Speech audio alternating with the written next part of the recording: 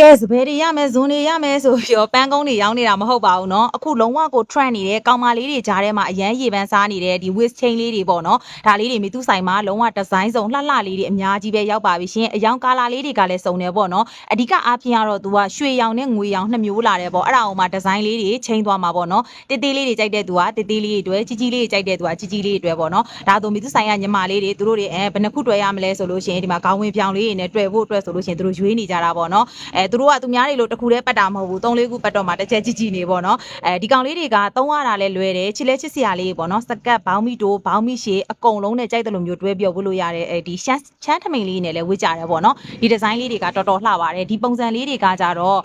ခုခေတ်ကောင်မလေးတွေကြားထဲမှာဆိုလို့ရှိရင်တော်တော်ကိုရေပန်းစားရပေါ့နော်ဒီကောင်လေးတွေကိုမိသူကဈေးတင်တင်လေးနဲ့လုပ်ပေးမယ်ပေါ့နော်ဒီကောင်လေးတွေကိုလက်ကားယူချင်တယ်ဆိုလဲမိသူကပေးပါမယ်ရှင်မိသူကကျိုင်းတော်မျိုးကပါနော်ကြောက်တိုင်ကွတ်ကွေချင်းလေးမှာမိသူချွိုက်ထဲဆိုင်ဆိုပြီးတော့ဆိုင်းပုတ်လေးထောင်ထားတယ်ပေါ့နော်ဒါလေးတွေတခုဘယ်လောက်ပေးမလဲဆိုလို့ရှိရင်လက်လီကို1000ခွဲနဲ့ပေးပြီးတော့လက်ကားဈေးက12500နဲ့ပေးပါမယ်ရှင်ဒါလေးတွေကြိုက်တယ်ဆို